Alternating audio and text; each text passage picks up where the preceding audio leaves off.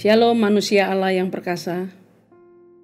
Pernahkah kita berpikir, apakah yang kurang dalam kehidupan manusia di Taman Eden, sehingga mereka memutuskan untuk melanggar perintah Allah dan menuruti bujukan iblis untuk memakan buah dari pohon pengetahuan baik dan jahat yang telah dilarang Tuhan itu? Sekiranya alasan itu berkenaan dengan kesejahteraan hidup manusia, yaitu makan, minum, pakai, dan sebagainya, saya pikir kehidupan manusia di Taman Eden tidak mengalami kekurangan ataupun kesulitan di dalam pemenuhannya.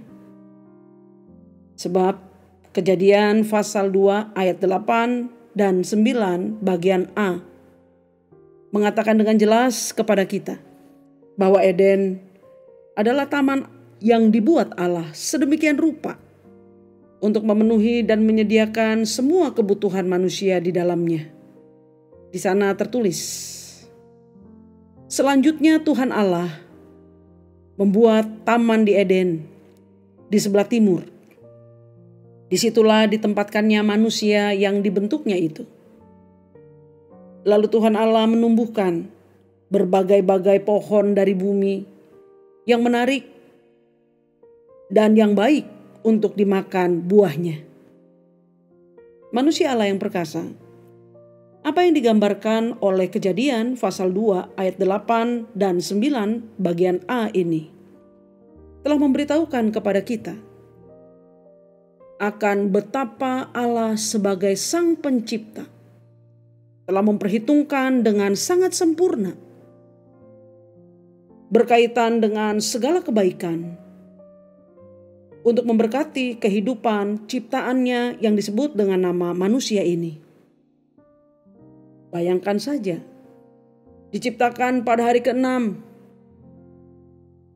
manusia diciptakan oleh Allah, di mana segala sesuatu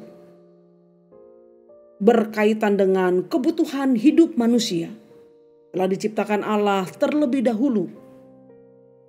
Sehingga ketika manusia diciptakan pada hari yang ke-6, Allah telah memastikan bahwasanya segala kebutuhan manusia sudah tersedia dengan sempurna. Kemudian diciptakannya manusia menurut gambar dan rupa Allah. Hal ini berarti bahwa manusia sebagai ciptaan Allah memiliki kemampuan ilahi atau kemampuan Allah di dalam dirinya sebagai ciptaan. Sekalipun toh dengan catatan kapasitasnya terbatas, tidak seperti Allah yang maha sempurna. Berkaitan dengan diciptakan menurut gambar dan rupa Allah, manusia memiliki suatu hak istimewa, yaitu Allah telah memberikan kepada manusia untuk memiliki kehendak bebas dalam hal menentukan keinginan atau kehendaknya. Plus ditambah lagi sebagai ciptaan yang diciptakan segambar dan serupa dengan Allah, manusia memiliki pikiran, akal budi yang luar biasa cerdas jika dibandingkan dengan ciptaan Allah lainnya. Sehingga manusia memiliki kemampuan untuk menganalisa, untuk mengatasi segala permasalahan yang dia jumpai dalam hidupnya, dan untuk melahirkan ide-ide baru demi menambah kesejahteraan dalam hidupnya. Berkaitan dengan keunggulan-keunggulan manusia yang telah diberikan Allah sebagai ciptaan yang segambar dan serupa dengan Allah, telah menempatkan manusia untuk menjadi ciptaan yang sanggup memenuhi kebutuhan hidupnya sendiri. Namun, ketika kemudian pada Kejadian pasal 3 kita menemukan bahwa manusia ternyata telah melanggar perintah Allah yang dinyatakan di dalam Kejadian pasal 2 ayat 16 dan 17. Lalu Tuhan Allah memberi perintah ini kepada manusia. Semua pohon dalam taman ini boleh kau makan buahnya dengan bebas. Tetapi pohon pengetahuan tentang yang baik dan yang jahat itu, janganlah kau makan buahnya. Sebab pada hari engkau memakannya, pastilah engkau mati. Pelanggaran manusia terhadap firman Tuhan yang telah diberikan kepadanya dan yang dicatat dalam Kejadian pasal 3 ini telah membuat kita harus dengan serius mempertanyakan alasannya, atau paling tidak membuat sebuah perenungan untuk menemukan kebenaran di balik apa yang telah dilakukan manusia di Taman Eden yang dicatat dalam Kejadian pasal 3. Sebab atas nama sebuah kebohongan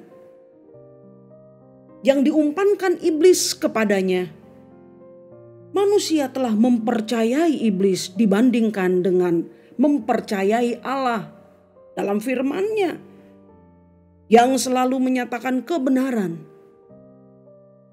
Tentulah di dalamnya ada sebuah rahasia yang tersembunyi atau yang disembunyikan oleh iblis dan dari pemandangan manusia, sehingga manusia tidak bisa menemukan pada saat itu alasan mengapakah dia harus lebih mematuhi iblis dengan bujuk rayunya daripada mematuhi Allah dalam kebenaran firman-Nya. Perhatikanlah ketika iblis mendatangi manusia, yang kemudian dalam kebohongannya mengatakan kepada manusia secara terbalik apa yang dikatakan Allah di dalam Kejadian pasal 2 ayat 16 dan 17. Bahwa Allah berkata, jangan makan buah dari pohon pengetahuan baik dan jahat ini supaya kamu jangan mati. Namun kemudian iblis berkata kepada manusia bahwa engkau sekali-kali tidak akan mati jika engkau memakannya. Kalau engkau memakannya, engkau malah akan menjadi seperti Allah, tahu yang baik dan yang jahat. Sahabat yang diberkati Tuhan Yesus Kristus, memang apa yang dikatakan iblis berkaitan dengan manusia setelah dia makan buah dari pohon pengetahuan baik dan jahat yang dilarang Allah akan bisa menjadi seperti Allah, dalam tanda kutip, tahu yang baik dan yang jahat. Namun tahukah kita bahwa apa yang dikatakan oleh iblis ini yang merupakan kebenaran tapi hanya separuh.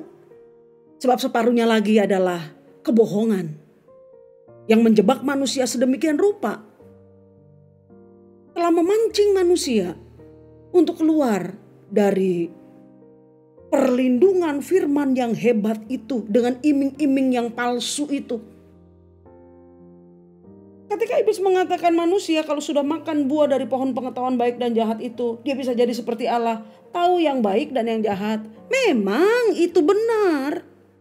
Namun catatan yang paling penting adalah ketika manusia mengetahui yang baik dan yang jahat seperti Allah dengan cara memakan buah dari pohon pengetahuan baik dan jahat yang dilarang Allah itu, manusia telah melanggar firman Allah, dan itu mengakibatkan manusia terputus dari sumber hidup itu, yaitu Allah sendiri. Sehingga dengan demikian pengetahuan manusia terhadap yang baik dan jahat telah menempatkan manusia tidak bisa dikuasai oleh yang baik lagi. Dia hanya bisa dikuasai oleh yang jahat semata-mata. Sebab pada saat itu manusia telah memilih untuk menjadi budak iblis ketimbang menjadi budak Allah atau hamba Allah, sumber hidup, sang pencipta yang memberkati manusia itu sendiri. Sementara kebenarannya adalah ketika Allah tahu yang baik dan yang jahat, Allah tidak mungkin dan tidak akan pernah bisa dikuasai oleh yang jahat itu. Sebab Allah adalah sumber segala yang baik, sehingga dalam hidupnya kejahatan tidak mungkin bisa menyentuhnya. Inilah yang telah disembunyikan iblis, kebenaran penting ini, yang kemudian telah dirangkainya untuk menjadi sebuah jebakan maut yang memikat manusia dalam ketidakmengertiannya akan kebenaran yang sesungguhnya ini. Dan kita tahu hasil dari pelanggaran manusia terhadap perintah Allah dan firman Allah ini. Sejak saat itu manusia hanya dikuasai oleh yang jahat semata-mata. Dan itu membawa manusia ke dalam penderitaan dan penghukuman kekal Allah. Sahabat yang diberkati Tuhan Yesus Kristus, keadaan yang sangat tragis ini telah membawa kita untuk menemukan apakah alasan dari kejatuhan manusia di Taman Eden ke dalam dosa itu. Berdasarkan apa yang sudah kita bicarakan pada malam hari ini berdasarkan firman Allah, kita menemukan bahwa satu-satunya kekurangan manusia di Taman Eden sehingga dia jatuh ke dalam dosa dengan melanggar firman Allah, yaitu bahwa manusia kurang pengetahuan akan firman Allah. Manusia kurang pengetahuan akan kebenaran firman Allah, sehingga ia tidak bisa mengontrol keinginan atau kehendaknya sendiri secara benar. Ketika dalam ketidakmengertian akan kebenaran firman Allah, maka keinginan untuk menjadi sama seperti Allah dalam tanda kutip telah membuat manusia melanggar perintah Allah dengan akibat yang begitu fatal. Sekiranya waktu bisa diputar ulang, saudara, atau sekiranya Adam dan Hawa diberikan kesempatan untuk mengulang kembali kehidupannya di bagian ketika mereka belum jatuh ke dalam dosa, setelah mereka tahu akibat dari pelanggaran yang membuat mereka jatuh ke dalam dosa ini, maka tentu saja Adam dan Hawa tidak akan bersedia menuruti bujuk rayu iblis dengan melanggar firman Allah yang membawa akibat yang sangat menyengsarakan ini. Hanya sayang saja waktu tidak bisa diputar ulang, atau waktu mustahil diputar ulang. Untuk itu, berkaca kepada kesalahan atau pelanggaran manusia di Taman Eden, Roh Kudus menuntun kita untuk belajar memahami bahwa semua keinginan atau kehendak manusia yang tidak dibimbing atau dituntun oleh pengetahuan kebenaran firman Allah hanya akan mengarahkan kita ke dalam kesalahan, pelanggaran, dan dosa. Yakobus 1 ayat 14 dan 15 berkata, "Tetapi tiap-tiap orang dicobai oleh keinginannya sendiri, karena ia diseret dan dipikat olehnya. Dan apabila keinginan itu telah dibuahi, ia melahirkan dosa.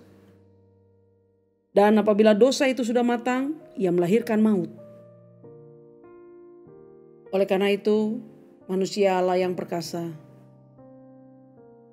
marilah kita mengembangkan gaya hidup yang bergaul erat dengan Tuhan dan firman-Nya. Dengan demikian, kebenaran firman Allah itu akan memimpin kita dalam berkeinginan secara benar di kehidupan ini. Dan ketika kita mewujudkan keinginan-keinginan itu, Allah mendukung kita sepenuhnya. Sebagaimana yang dikatakan oleh Tuhan Yesus Kristus di dalam Yohanes 15 ayat 7. Jikalau kamu tinggal di dalam aku dan firmanku tinggal di dalam kamu, mintalah apa saja yang kamu kehendaki dan kamu akan menerimanya.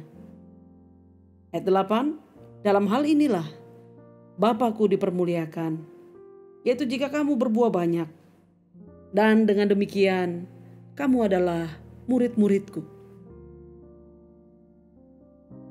Dengan membiarkan firman Allah menguasai seluruh kehidupan kita, hati dan pikiran kita, Allah memperoleh tempat sepenuhnya membimbing seluruh gerak hidup kita